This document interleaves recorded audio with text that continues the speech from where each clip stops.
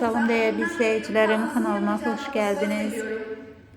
Bu ödülü Stil ve zərifliyin simvolu Yağmur Yüksel son görünüşüyle yine herkesi heyran koydu. Giyimi, duruşu ve özüne inamı ile dikkatleri üzerine çeken Yağmur moda dünyasında iz bırakmaya devam edir.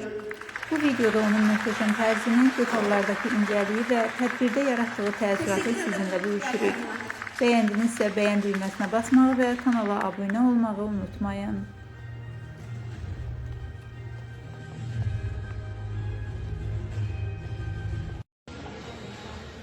Herkese merhaba. Ödül alan herkesi tebrik ederim. Ben her şeyden önce kendi iç sesimi susturmadığım için kendime ve bu sesi duyan, destekleyen tüm sevenlerime çok teşekkür ederim. Yolun çok başındayım. 23 yaşındayım.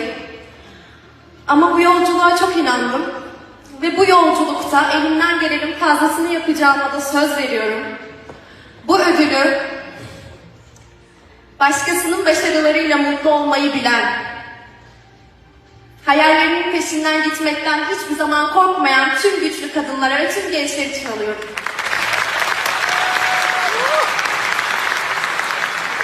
Teşekkür ederim. İyi akşamlar.